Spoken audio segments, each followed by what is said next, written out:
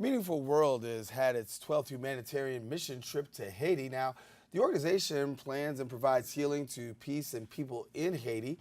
Here to share more about it and tell us more about some of the other work that they're doing, we welcome Meaningful World Vice President Lorraine Simmons, and good to have you. Thank you. Thank you for having me back. Oh, glad to have you. Well, listen, oftentimes what I tell people is that, we as media get an opportunity to show cameras and things when things occur. And when we talk about Haiti, of course, a lot of us were paying particular attention when the earthquake happened and the subsequent months thereafter. Sure. But the cameras pull out. They do. And people like yourself still stay in. Right. And We've you've been got there boots on the 12 ground. times, yeah. Right. So give us the latest on where things are in Haiti right now. Well, right now, I think they're still working and dealing with extreme poverty. That was one of the things that our team member had gone to the first mission to Haiti right after the earthquake and then returned again this year for her second time. And she was dismayed to see that the poverty wasn't based on the earthquake. She thought, that they're dealing with this trauma and everything is crumbling around them. And she was, I think, hoping that when she returned, she would see an extreme difference in the poverty level. There's an extreme change in the amount of devastation physically with the buildings. They're cleaning it up and they're starting to rebuild. But the poverty level is still really extreme. And so we're finding it difficult to work with people because they're hungry, they're dealing with extreme dehydration. The people are also working with not getting paid. Government jobs. We were at an interview actually, and there was a manifestation, was what they were calling it, that happened outside of the radio station. And so we went outside to see what was going on, and it was a group of people who were street cleaners, and they hadn't been paid for 2.5 years. They were emaciated, they were exhausted. You could just see the desperation on their faces. And they were trying to get some attention, like, we need some help here. So give a little bit about what you guys have been able to do in your most recent trip. Well, we worked with university students in their master's program for social work. We did a 3-day program with them to teach them how to help people identify their feelings, work through their emotional traumas, how to empathize with one another, how to communicate in ways that lift people up, lift one another up. So we're preparing them to go out and do the kind of work that we do so that when we leave, it's sustained there. We're seeing some pictures, and you can take a look behind you and share with us a little bit about what we're seeing. This is just a photo of houses on the hillside. These are their homes. And you can imagine if there's an earthquake there that those homes will just crumble. But they're working on building them to be more earthquake ready. This is at an orphanage that we've worked with for several years. These children just moved into this new space, and it's out in the countryside. They have room to move and play. Where they were before, it was a small, tiny little courtyard with no resources for them.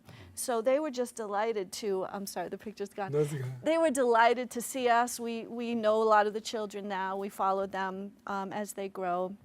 And they're just so excited to have this new space and freedom to run around and play. Are you optimistic about what we're seeing out there in Haiti? Because, we've heard reports about resources, whether the resources were actually reaching the people, the resources were slow to go. I mean, we've done, several outreach events trying to make sure that people get things. Right, but, that's always a challenge, and I can't speak for all organizations. I'm not versed in a lot of those organizations, but what we do, I can tell you that. When we fundraise for supporting children in schools and with food, and we fundraise for our own needs to help us get there. When we raise the money for the children, we give it 100% to the orphanages or the schools. We sponsored a child for school this year who is 11 years old. He did not go to school last year because his mother could not afford the tuition. We met with the director of the school, and we gave the money directly to the school, and we will follow with him. The person who donated will become his mentor because his father has died. Oh, amazing, amazing, amazing work. I want to talk about Armenia for a minute because many people know of Armenia, but there's some big problems out there as well. Yes, we, as you know, went on mission to Armenia just recently in April. And one of our goals is coming to fruition, hopefully, which is the suicide prevention hotline. Mm-hmm. And we're moving forward with training volunteers and hope to have those hotlines up and running by October 10th. And, you know, they have challenges as well with work and sustaining themselves. So the suicide rates have gone up. So that's what we're doing. And A little surprised to hear that, you know, suicide being so prevalent out there. no, I wasn't surprised actually, because a lot of the men are going off to Russia to work because there's no jobs in Armenia.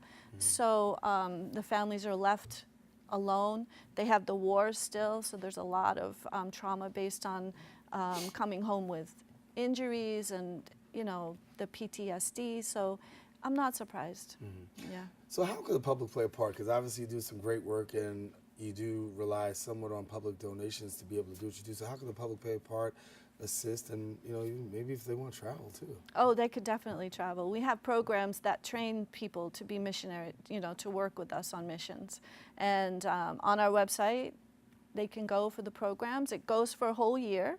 It's once a month for about 9 months, and you can be trained to know how to do the work that we do, which is the 7-step integrative healing model, which connects the mind, body, spirit, and the ecology. So it teaches what we're doing.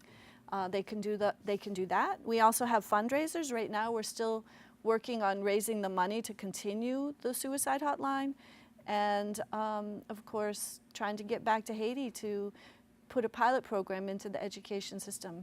And on your last trip, how long were you in Haiti for? We were there for 16 days, something like that. Yeah. Yeah.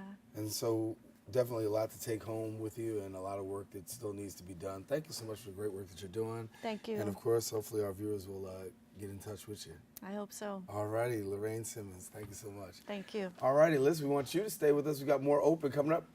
Be right back.